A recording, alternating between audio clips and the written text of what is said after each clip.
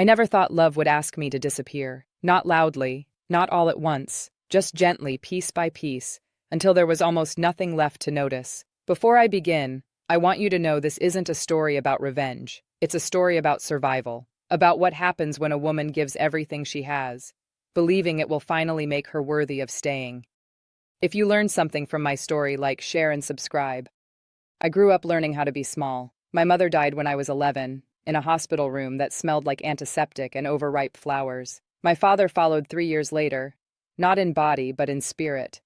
He drank himself into a hollow shell that eventually wandered out of my life and never returned. By 16, I was living with an aunt who reminded me daily that love was expensive and I was already in debt. So I learned to earn my place. I washed dishes without being asked. I listened more than I spoke. I apologized even when I didn't understand what I had done wrong. I carried that skill with me into adulthood like a second spine. Flexible, quiet, useful. When I met Evan Carlisle, I thought the universe was finally tired of testing me. He was kind in the way that felt safe, not flashy, not loud. He worked in finance, wore simple watches, spoke gently about responsibility and family. When he found out I had no parents, no siblings, no safety net, his face softened. "You don't have to do everything alone anymore," he said. Those words sealed me to him more tightly than any ring. We married quickly. No wedding. His father was ill. His mother disliked crowds. And I told myself that love didn't need witnesses. I moved into their home, a wide, echoing place filled with framed photos of Evan's childhood, Evan's achievements, Evan's lineage. There was no place for me on the walls. His mother, Marjorie, never raised her voice. She didn't need to. Disappointment lived comfortably in her silence. She corrected how I set the table. She rewrote my grocery lists. She introduced me as Evan's wife, from a very modest background.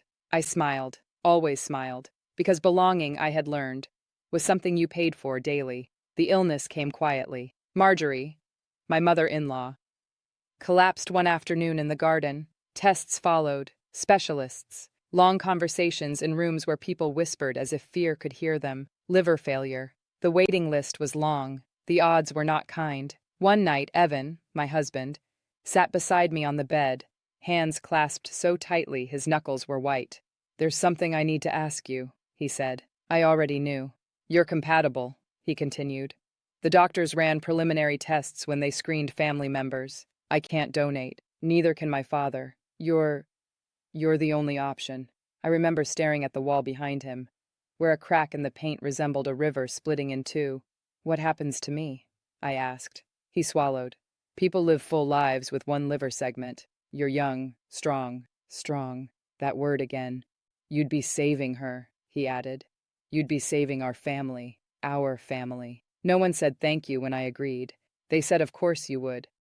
The surgery took more from me than they expected. Complications, infection, weeks instead of days in recovery. Evan, my husband, visited less as time passed. His mother recovered beautifully. She walked the halls wrapped in silk scarves, laughing softly with nurses, already planning a cruise. I lay in bed, weak, aching, waiting.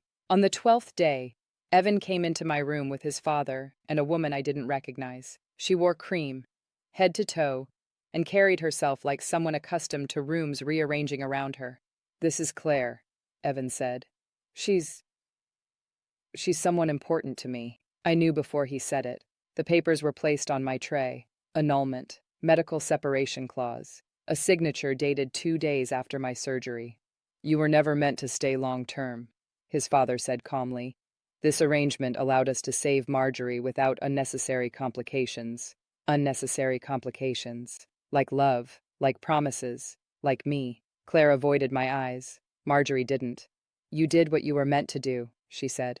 "Be grateful, grateful." They left me there with my stitches, my missing flesh, and the hollow understanding that I had been chosen not because I was loved, but because I was expendable. What they didn't know was this. During one of my complications, my liver segment had been deemed unsuitable for Marjorie. Her body rejected it before transplantation. The segment was reassigned, emergency protocol, to a woman 3 floors below me, a single mother of 2, a school teacher who would not have lived another week. She lived.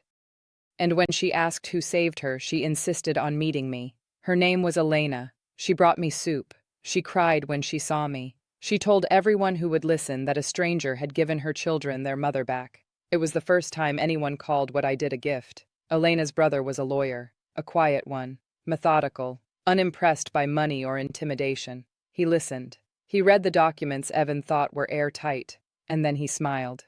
They rushed, he said. And people who rush leave fingerprints. The annulment collapsed. The medical coercion didn't hold up. The house I lived in, half of it was legally mine. They never expected me to ask questions. They never expected me to survive. A year later, I live in a small apartment with sunlight in the mornings and plants I forget to water. My scar is still there. Some days it aches, but it no longer feels like something that was taken from me. It feels like proof that I was worth saving, even when the people I loved believed I wasn't. And now, when someone asks me what I gave up for love, I tell them the truth. I gave away everything once, and I learned never to do it again.